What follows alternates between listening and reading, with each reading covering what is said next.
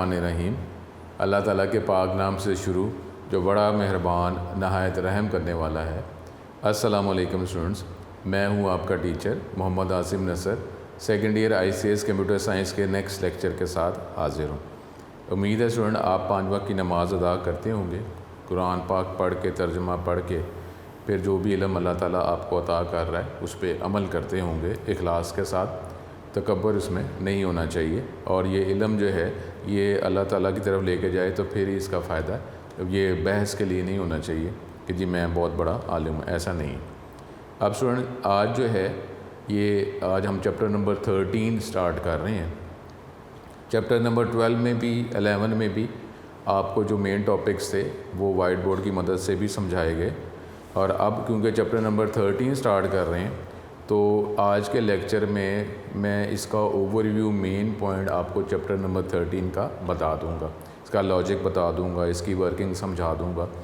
उसके बाद जो है हम टॉपिक करते जाएंगे, क्योंकि अब जब भी कोई नया टॉपिक स्टार्ट होता है तो अगर हम उसका जो लॉजिक उसका कोई आइडिया प्रीवियस नहीं है, उसकी वर्किंग का अंदाज़ा नहीं है, तो बेटर है कि उसको पहले समझाया जाए। अब ये जो चैप्टर नंबर 13 फंक्शंस इन सी, इस नाम से ये चैप्टर है। अब इसमें ये फ़ंक्शन जो है ये क्या है, इसमें इस चैप्टर में हमने क्या करना है और इसका प्रीवियस नॉलेज जो हमने सी लैंग्वेज में हासिल किया है उसका क्या ताल्लुक़ है, तो ये हम ये एक्सप्लेन करेंगे। पहले मैं वाइट बोर्ड में आज इंशाल्लाह ताला कोशिश करूँगा कि इस चैप्टर का ओवरव्यू आपको पता चल जाए। इसमें से लॉन्ग क्वेश्चन जो है वो नहीं आता, शॉर्ट क्वेश्चंस और MCQ ही हैं। चैप्टर नंबर 14 में भी शॉर्ट क्वेश्चंस और MCQ ही हैं। इसका मतलब है कि ये हमारी वर्किंग के लिए तो है लेकिन पेपर के पॉइंट ऑफ व्यू से इसमें शॉर्ट क्वेश्चंस और MCQ ही आते हैं। ठीक है, अब ये इसका जो लॉजिक जो है वो हम देखते हैं कि क्या वर्किंग है। अब स्टूडेंट जो हमने जो पहला लेक्चर सी लैंग्वेज का कुछ ऐसे था, ये इसका मैं लिंक बनाता हूँ इस चैप्टर नंबर 13 के साथ। इसमें हमने जो पहला लेक्चर था बेसिक स्ट्रक्चर वाला, उसमें हमने ये स्टेटमेंट्स लिखी थी। मिनिमम जितना है उसकी हम बात कर रहे हैं, प्रिंटफ, और फिर हमने सिर्फ ये एक मैसेज जो है ये प्रिंट करवाया था। ये हमारे पास ये जो पहला प्रोग्राम था, पहला जो बेसिक स्ट्रक्चर जो हमने चैप्टर नंबर 8 में पढ़ा था वो हमने ये बनाया है। अब इसमें जो इस प्रोग्राम की जो वर्किंग थी मिनिमम वो मैं बताता हूँ, और आपको ये भी चैप्टर नंबर 8 में बताया था कि ये मेन से पहले वर्ड और मेन के बाद वाला वर्ड जो है ये आपको इंशाल्लाह ताला चैप्टर नंबर 13 में क्लियर हो जाएगा। तो अब ये चैप्टर नंबर 13 ही हम स्टार्ट करने लगे। अब ये जो पहला प्रोग्राम था इसकी वर्किंग क्या थी, इसमें जो कुछ टर्म्स हैं जो हमने यूज़ की, एक तो ये था कि जो फर्स्ट लाइन है इसको हमने कहा था कि ये इसके अंदर प्रोटोटाइप या सिंटैक्स होता है। इसमें आप ये बता रहे हैं कि ये जो प्रिंटफ एक फ़ंक्शन है इसकी प्रोटोटाइप कहाँ पर मौजूद है, stdio.h के अंदर इसकी प्रोटोटाइप सिंटैक्स मौजूद है। और स्टूडेंट सिंटैक्स आपको पता है रूल्स को कहते हैं, तो इसका मतलब है कि जब प्रिंटफ इस्तेमाल करना है तो stdio.h के अंदर इसके रूल्स पड़े हुए हैं, उसके साथ मैच किया जाएगा कि कॉल करते हुए इस फंक्शन को चलाते हुए लिख कर जो अब एग्जीक्यूट करना चाह रहे हैं, अगर इसकी प्रोटोटाइप और सिंटैक्स इस्तेमाल करते हुए जो आप इस्तेमाल कर रहे हैं जिस तरह लिख रहे हैं, इसके साथ अगर प्रोटोटाइप और सिंटैक्स के साथ मैच करता है तो फिर ये एक प्रिंटफ एक फ़ंक्शन है जिधर कहीं भी पड़ा हुआ है उनकी लाइंस को एग्जीक्यूट कर दिया जाएगा। stdio.h की जब बात करते हैं तो stdio.h क्या है, एक फ़ाइल है stdio.h, उसके अंदर मुख्तलिफ़ जो फंक्शंस हैं उसकी एक एक लाइन, नॉर्मली एक एक लाइन में उसकी प्रोटोटाइप लिखी हुई है, उसमें एक एक लाइन में उसकी प्रोटोटाइप लिखी हुई है। इसी में से एक लाइन जो है, सपोज ये लाइन कर लेते हैं, ये प्रिंटफ का ये सिंटैक्स है। जब आप ये लाइन लिखते हैं इंक्लूड stdio.h, पूरी की पूरी फ़ाइल जो है वो आपके इस प्रोग्राम के साथ अटैच हो जाती है। और जब आप printf फंक्शन लिखते हैं तो ऑटोमेटिकली इस फाइल में से जो printf का जो सिंटेक्स रूल लिखा हुआ है उधर से इसकी इंफॉर्मेशन पिक कर ली जाती है कि printf को चलाने के लिए क्या रिक्वायरमेंट है, क्या रूल है। तो अगर तो आप जब उसको चला रहे हैं उसके रूल के साथ मैच करता है तो जब फंक्शन जहाँ कहीं लिखा हुआ है, फंक्शन कहते हैं हमारे पास ब्लॉक ऑफ स्टेटमेंट्स। जिस तरह सॉफ्टवेयर हाउस के अंदर मुख्तलिफ प्रोग्रामर सॉफ्टवेयर डेवलपर वर्क कर रहे होते हैं, हर एक को काम दिया जाता है और वो काम जो है बाद में जो कंप्लीट सॉफ्टवेयर जब इंस्टॉल किया जाएगा वो सारा काम उसमें ऐड कर दिया जाएगा।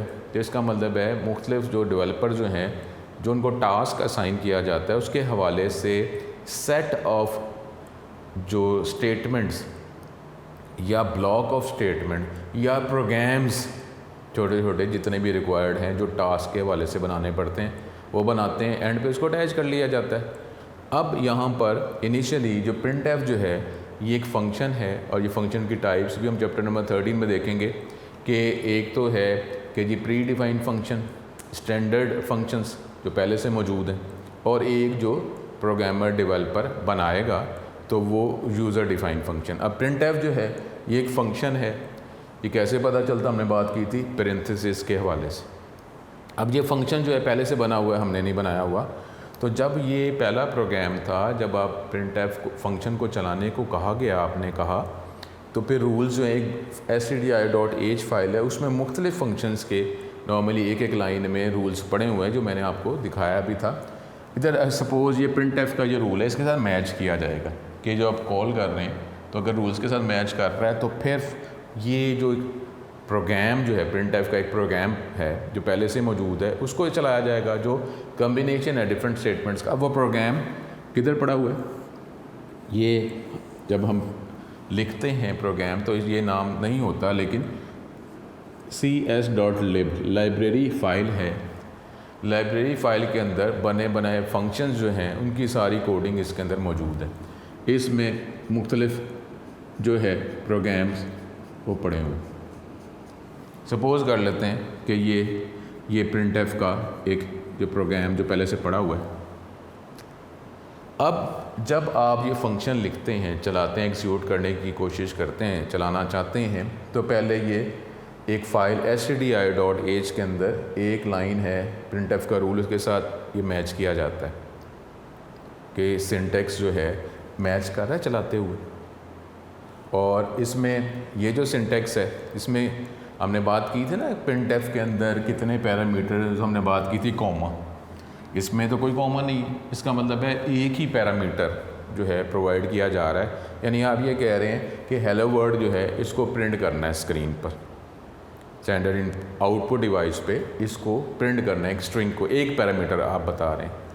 तो ये मैच करेगा रूल के साथ। अगर तो मैच कर गया तो ये एक और फाइल है cs.lib नॉर्मल, ये स्टैंडर्ड लाइब्रेरी फ़ाइल है, इसके अंदर मुख्तलिफ फंक्शंस पहले से जो बने बनाए हैं मौजूद हैं। तो ये printf की जितनी भी ये लाइंस हैं जो प्रोग्राम कोड लिखा हुआ है इसको एग्जीक्यूट कर दिया जाएगा। ठीक है, अब ये था चैप्टर नंबर 13 से पहले जितने भी फंक्शंस हमने किए, सपोज़ कुछ भी कर लें, गेट ch अगर हमने इस्तेमाल किया, उसके लिए कौन है .h, उसके अंदर से रूल मैच की गए, फंक्शन इसी के अंदर है। skrt सपोज़ आपने ये इस्तेमाल किया, ये मुख्तलिफ फंक्शन जो भी आप इस्तेमाल करते रहे, scanf इस्तेमाल करते रहे, उसके लिए तो stdio.h ही है। तो रूल्स मैच करते रहे एनवायरनमेंट, और फिर इस लाइब्रेरी फ़ाइल के अंदर से जो फंक्शन प्रोग्राम लिखा हुआ है उसको एग्जीक्यूट किया जाता रहा। ठीक हो गया। अब ये तो थोड़े से टेक्निकल जो बातें हम कर लेते हैं। एक तो ये है कि ये जो stdio.h है इसके अंदर क्या पड़ा हुआ है, मुख्तलिफ फंक्शंस के प्रोटोटाइप और सिंटेक्स रूल्स पड़े हुए हैं। और ये जो हम बात कर रहे हैं cs.lib में, इसमें क्या पड़ा हुआ है कि मुख्तलिफ फंक्शंस की डेफिनीशंस या कोडिंग पड़ी हुई है, इसके अंदर मौजूद है। और तीसरी बात क्या है, वो तीसरी बात है ये जो लाइन, ये लाइन क्या है, फंक्शन कॉल। कि आप देखें इस प्रोग्राम के अंदर आपने सिर्फ printf का फंक्शन लिखा है ना, तो फंक्शन लिखा है तो उसको चलाया जा रहा है। इसमें आपने scanf get sqrt square root जो है कोई भी नहीं लिखा हुआ, तो मौजूद तो हैं इसमें पड़े हुए हैं, और उसकी जो प्रोटोटाइप है अपने रिक्वायर्ड हेडर फाइल के अंदर पड़ी हुई है, लेकिन उसको चलाया नहीं जा रहा क्योंकि आप चला नहीं रहे। कैलकुलेटर जो है उसमें जो बटन प्रेस करेंगे तो उसी के हवाले से वो आपसे पैरामीटर डिमांड करेगा और सर्किट को चलाएगा और आंसर देगा। ठीक है, तो अब ये तीन बातें ज़रा ज़हन में रखनी है, फंक्शन कॉल, फंक्शन की प्रोटोटाइप और इसकी कोडिंग या डेफिनेशन। ठीक है, ये जो पहले से बने बनाए फंक्शन जो है इसको जब चलाते हैं तो इस एनवायरनमेंट में इस तरीके से चलता है। अब चैप्टर नंबर 13 जो है, इसमें अगर हम प्रोग्रामर डेवलपर अगर कोई अपना फंक्शन बनाना चाहे तो उसको चलाने के लिए भी ये तीन चीज़ें ज़रूरी होंगी।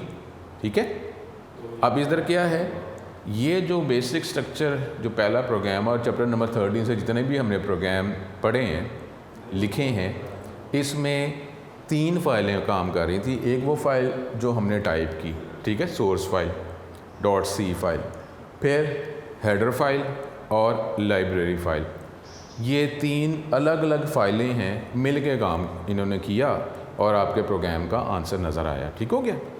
अब ये सोर्स फाइल तो ये तो लिखनी है, लेकिन अब ये जो प्रोटोटाइप के लिए अलग फ़ाइल, हेडर फाइल और डेफिनेशन के लिए कोडिंग के लिए अलग फ़ाइल, ये सेकेंड ईयर के हवाले से ये हमारे सिलेबस में शामिल नहीं है।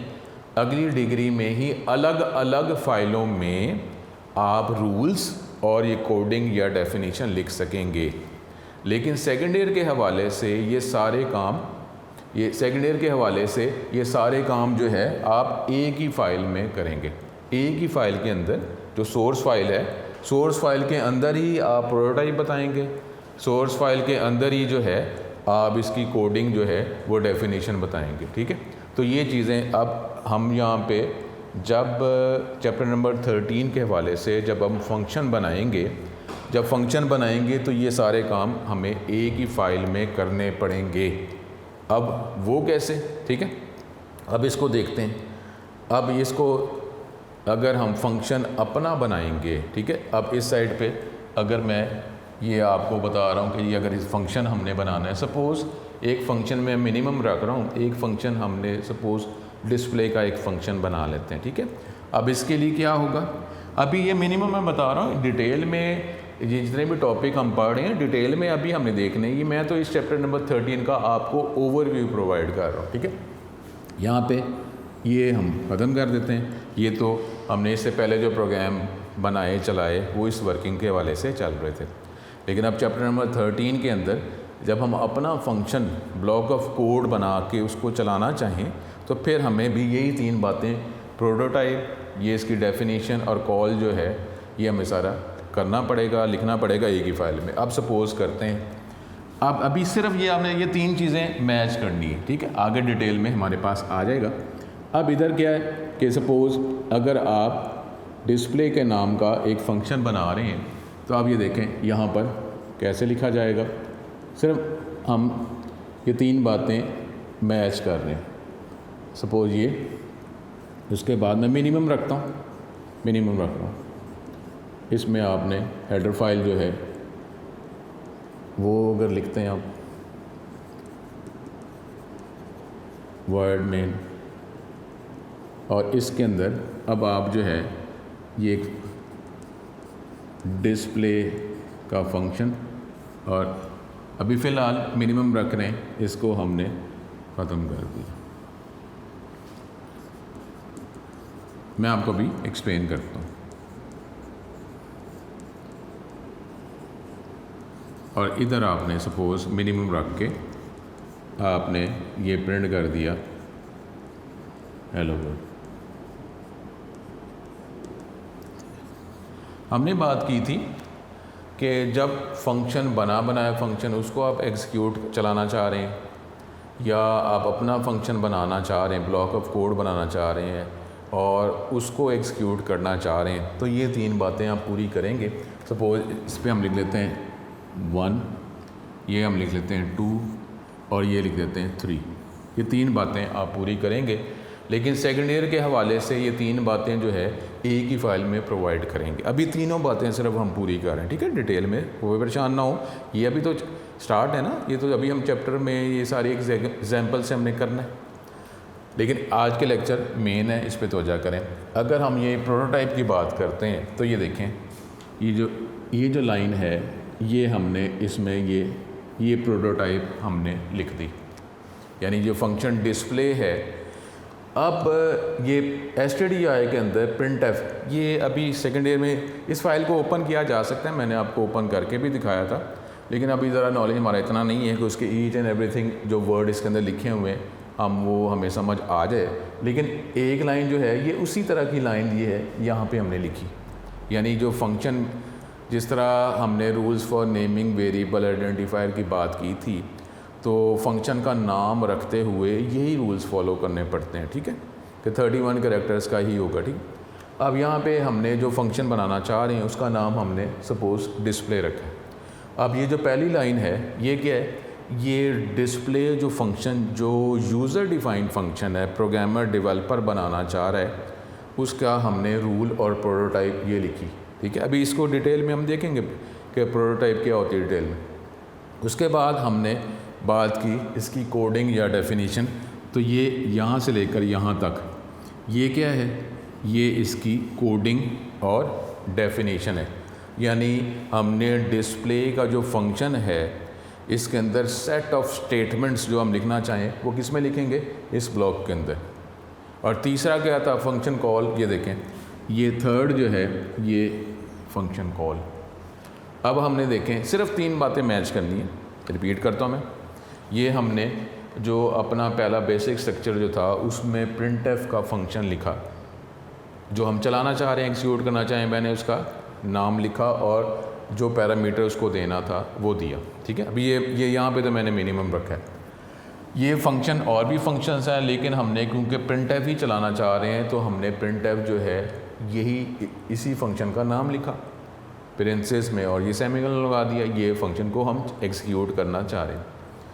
अब इसके लिए आपको पता है कि आपको stdio.h जो है इंक्लूड करनी पड़ती है हेडर फाइल, और हेडर फाइल जो है वो आपको बताया कि इसके अंदर मुख्तलिफ डिफरेंट लाइंस जो हैं डिफरेंट फंक्शन की प्रोटोटाइप जो है उसमें बताई गई है। इसमें कोई एक लाइन है जिसमें printf का जो प्रोटोटाइप और रूल्स और सिंटैक्स लिखा हुआ है। जब फंक्शन को चलाएंगे तो इसके साथ मैच करेगा कि उसी रूल्स के तहत उसी तरह जिस तरह कहा गया है वैसे ही आप फंक्शन को चलाना चाह रहे हैं। अगर मैच नहीं करता तो फिर क्या आता है, रूल्स अगर मैच नहीं होते कौन सा एरर आता है, सिंटैक्स एरर। तो सिंटैक्स एरर आ जाता है, रूल्स को मैच किया जाएगा, उसके अकॉर्डिंगली ही आप फंक्शन को एग्जीक्यूट करने को कह रहे हैं और पैरामीटर्स रूल्स जो हैं मैच कर रहे हैं। तो फिर एक फ़ाइल cs.lib लाइब्रेरी फ़ाइल है, उसके अंदर मुख्तलिफ फंक्शंस की कोडिंग पड़ी हुई है, डेफिनेशन पड़ी हुई है। तो वहाँ से printf का जो प्रोग्राम जो पहले से बना हुआ है, ब्लॉक ऑफ कोड जो पहले से इसके अंदर लिखा हुआ है, उसको एग्जीक्यूट कर दिया जाएगा, ठीक हो गया। तो जब भी आप ये cs.lib हम जब अपना प्रोग्राम लिखते हैं तो कहीं पर भी ये cs.lib हमने नाम नहीं लिखते, ये ऑटोमेटिकली स्टैंडर्ड लाइब्रेरी फ़ाइल है, ये ऑटोमेटिकली अटैच हो जाती है, ठीक है। लेकिन फंक्शन जो भी चलाना है उसकी हम हेडर फाइल रिक्वायर्ड जो है वो लिखनी पड़ती है जिसके अंदर रूल्स हैं। अब ये 3 फाइलें हैं जो इकट्ठे मिलकर काम कर रही हैं। एक वो फ़ाइल जिसके अंदर रूल्स पड़े हुए हैं, एक वो फ़ाइल जिसके अंदर कोडिंग डेफिनेशन है, और एक फ़ाइल जहाँ पर आप इसको फंक्शन को चलाना चाह रहे हैं, सोर्स फाइल। अब सेकेंड ईयर में हम ये काम एक ही फ़ाइल में कर सकते हैं, ये अगली डिग्री में जाकर इसके यानी हेडर फाइल अगर हम बनाना चाहें तो हम बना सकेंगे। ये लाइब्रेरी फ़ाइल जिसमें सारी कोडिंग लिखी हुई है, डेफिनेशंस हैं, प्रोग्राम्स पड़े हुए पहले से बने बनाए, वो हम अगली डिग्री में अलग फ़ाइल के तौर पर बना सकेंगे। लेकिन यहाँ पर सेकेंड ईयर में एक ही फ़ाइल, अब ये एक फ़ाइल है जिस तरह आप सोर्स फाइल नहीं होती, ये एक ही फ़ाइल है, एक ही फ़ाइल के अंदर आप ये तीनों बातें प्रोवाइड करेंगे। और अब हमने यहाँ पे सिर्फ समझाने के लिए कि प्रोटोटाइप जो है, ये देखें यहाँ पर आपने डिस्प्ले जो फंक्शन जो आप बनाना चाह रहे हैं, नाम आपने डिस्प्ले रख दिया, जिस तरह आप कोई भी नाम रख सकते, जिस तरह वेरिएबल होता है, आपने फंक्शन का नाम जो है डिस्प्ले रखा और इसका ये रूल बताया। इसको डिटेल में अभी हम देखेंगे कि ये, लेकिन सिर्फ अभी आपने मैच करना है कि ये रूल है, ये प्रोटोटाइप। अगर हमें अलग से हेडर फाइल बनानी आती तो यही लाइन, बिल्कुल एग्जैक्टली यही लाइन इस एग्जांपल के हवाले से हमने हेडर फाइल के अंदर ये लिख देनी थी। और फेडर यहाँ पे STD आया तो हमने सपोज़ कुछ भी कर देते, BTDIO मेरी एक हेडर फाइल है, मैंने उसका नाम रख दिया, उसके अंदर यही लाइन हमने लिख देनी थी, ठीक है। और ये फंक्शन को हम चला रहे हैं, एग्जीक्यूट कर रहे हैं, और उसके बाद ये लाइब्रेरी फ़ाइल हमें बनानी नहीं आती। अगर हमें बनानी आती हो जो अगली डिग्री में, तो ये जो हम ये सारी कोडिंग इसकी लिखी है हमने, ये अलग फ़ाइल में हम लिखते, और उसका नाम अगर cs.lib है तो सपोज़ ds.lib हम रख देते, ठीक है। तो ये यहाँ पर तीनों जो बातें हैं एक ही सोर्स फाइल के अंदर लिख रहे हैं, तो फिर ही ये फंक्शन चलेगा, ठीक है। अभी 3 बातें, ठीक है। अब ये देखें एग्जीक्यूट क्या, जब अब डिस्प्ले का जो फंक्शन है जो हमने बनाया है, जो हम बनाना चाह रहे हैं, अब डिस्प्ले के फंक्शन को आप कॉल कर रहे हैं, अब वो क्या करेगा, इसी फाइल के टॉप पर इसकी जो प्रोटोटाइप लिखी हुई है तो वो उसके साथ मैच करेगा कि आप डिस्प्ले के फंक्शन को कॉल कर रहे हैं, तो इसको चलाने के लिए जो सिंटेक्स जो रूल्स हैं जो आपने इसी फाइल के ऊपर लिखे हुए हैं, ये मेन से ऊपर ही लिखा जाता है, ये ज़रूरी नहीं कि ऊपर लिखें, ये इंक्लूड ऊपर वो भी लिखा जा सकता है, वो भी लिखा जा सकता है।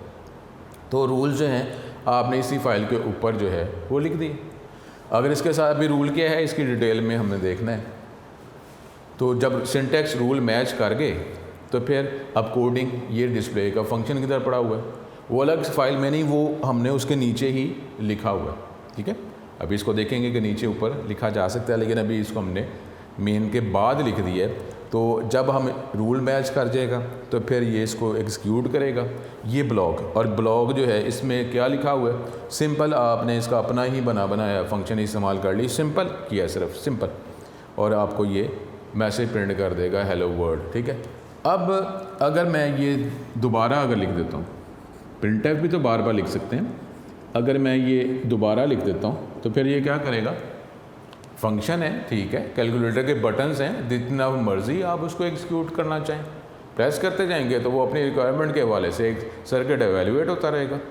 अब डिस्प्ले आपने लिखा, ठीक है, तो अब क्या हुआ, फिर दोबारा रूल मैच किए जाएंगे, रूल मैच करके तो फिर ये जो इसकी कोडिंग डेफिनेशन जो लिखी है एग्जीक्यूट हो जाएगा, और फिर आपको ये प्रिंट कर देगा हेलो वर्ल्ड। क्या मतलब है, ये हमारा डिस्प्ले का जो फंक्शन हमने बनाया है, ये हेलो वर्ल्ड प्रिंट करने का एक प्रोग्राम बना दिया हमने कि जब भी इसको चलाएंगे तो स्क्रीन पर इसने हेलो वर्ल्ड प्रिंट करना है, यानी ये हेलो वर्ल्ड का एक फ़ंक्शन बना दिया है, जो जब भी इसको डिस्प्ले को हम चलाने को कहेंगे तो स्क्रीन पर हेलो वर्ल्ड प्रिंट करेगा, हेलो वर्ल्ड प्रिंट करेगा।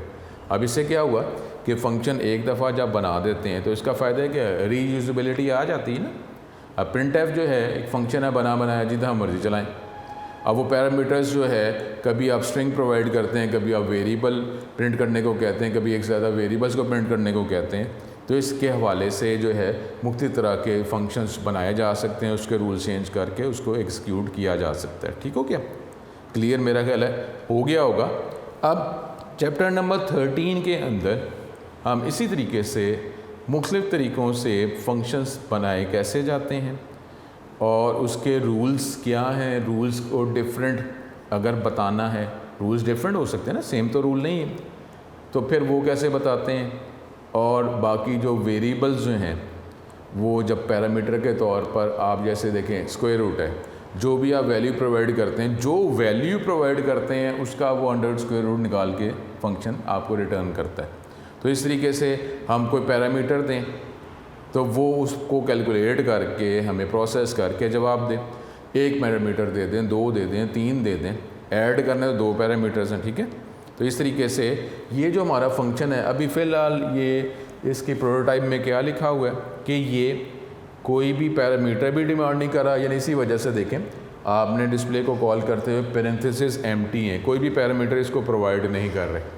और ये कोई पैरामीटर जब आप प्रोवाइड नहीं कर रहे तो उसको यूज़ करके प्रोसेस करके को प्लस माइनस करके इसने कोई जवाब भी आपको नहीं देना। देखें अंडर रूट स्क्वायर रूट के लिए आप 16 प्रोवाइड करते हैं तो 4 आंसर देता है, 16 एज अ पैरामीटर दे रहे हैं, उसको प्रोसेस करता है और जवाब 4 देता है।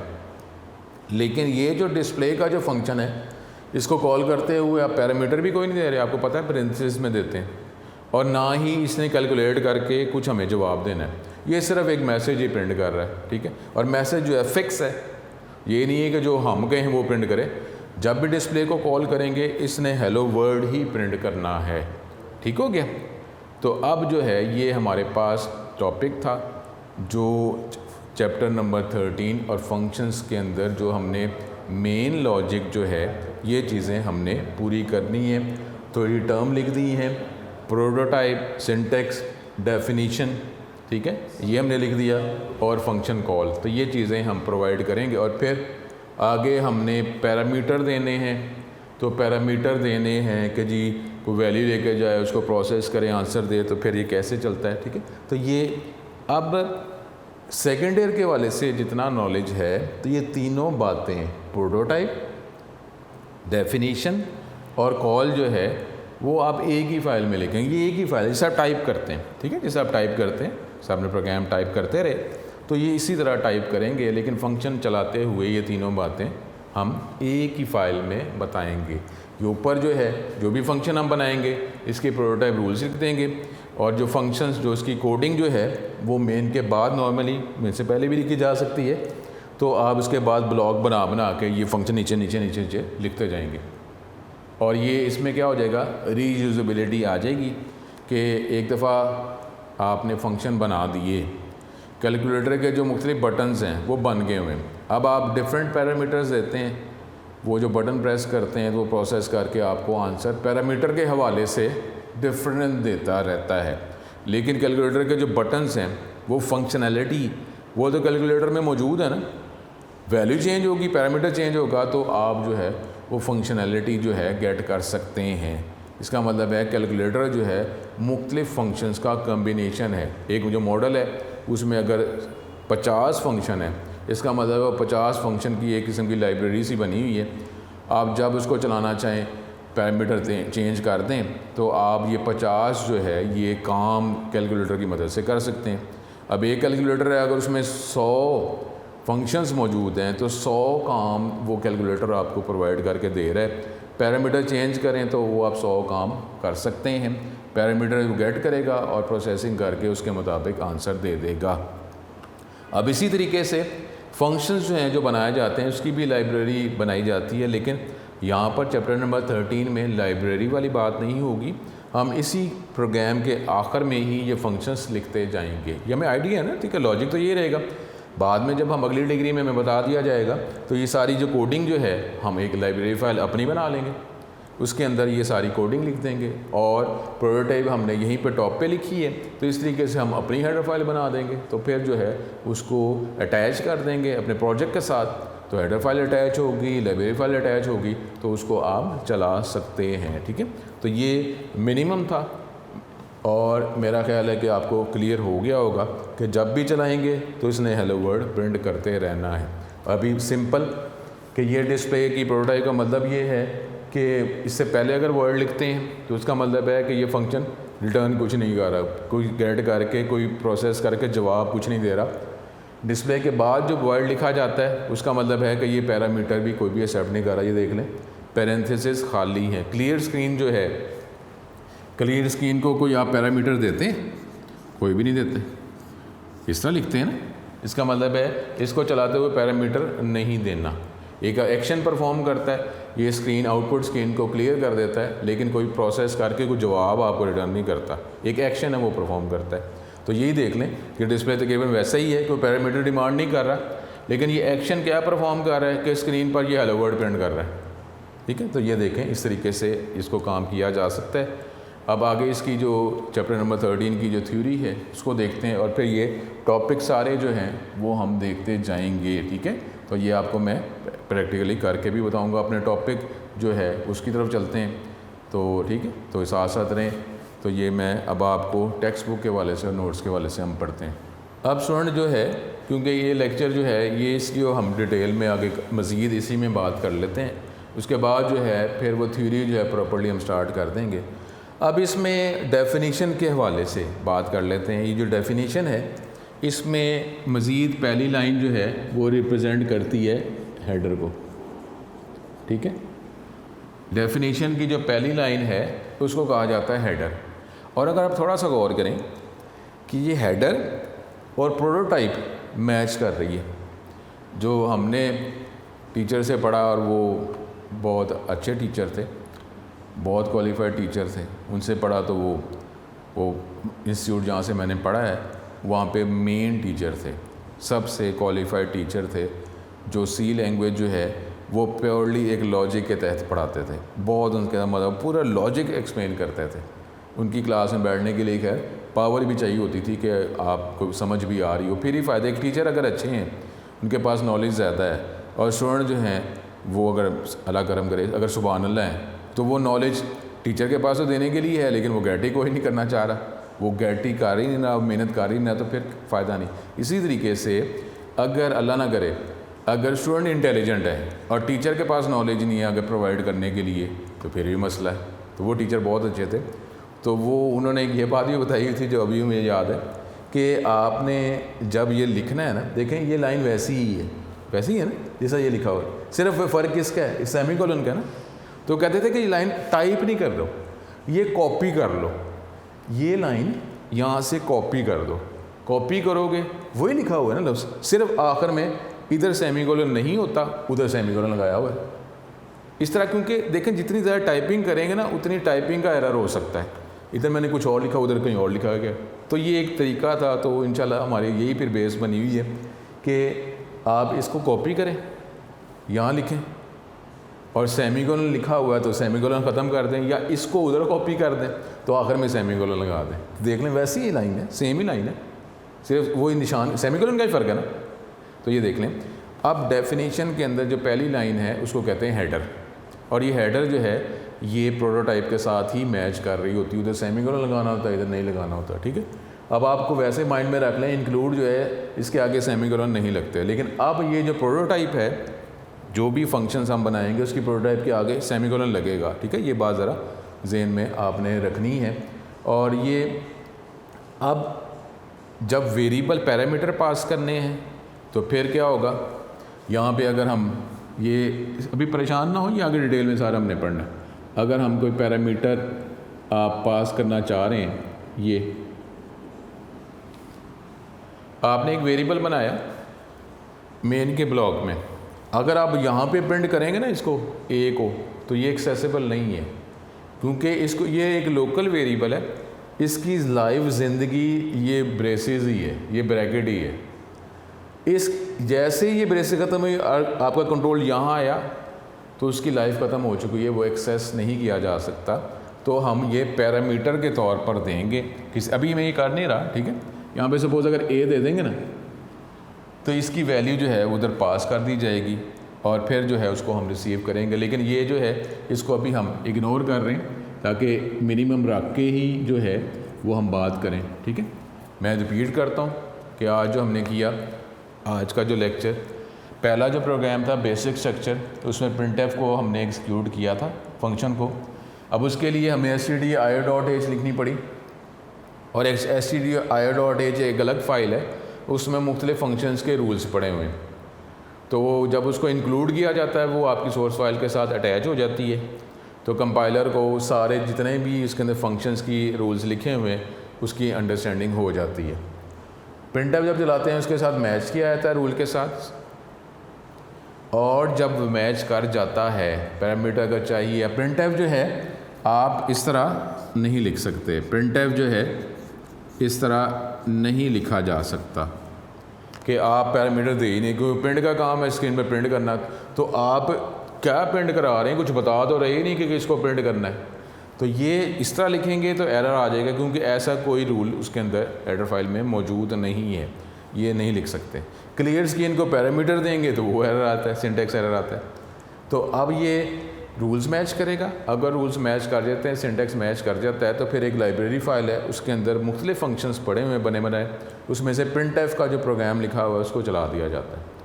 अब चैप्टर नंबर 13 में जब हम अपना फंक्शन बनाएंगे तो एक ही फ़ाइल में, यहाँ पे तो 3 फाइल है ना, एक हेडर फाइल अलग फ़ाइल है, लाइब्रेरी फाइल अलग फाइल, सोर्स फाइल अलग फ़ाइल है, लेकिन यहाँ पर सोर्स फाइल के अंदर ही तीनों चीज़ें बताएंगे। हमने डिस्प्ले का फंक्शन बनाया, डिस्प्ले का फंक्शन नाम वो 31 कैरेक्टर्स का जो रूल्स हैं वो वैसे आप कर सकते हैं। ये मैंने प्रोटोटाइप भी इधर ही बताई, फंक्शन कॉल मैं इधर ये कर रहा हूँ, और मैंने जो इसकी कोडिंग जो है वही मेन के बाद ही लिख दी। तो ये तीनों बातें पूरी हो गई। देखें ये प्रोटोटाइप है, इधर प्रोटोटाइप लाइब्रेरी फाइल में थी, मेरी प्रोटोटाइप इधर है। फंक्शन कॉल ये है, फंक्शन कॉल वो मेन में थी।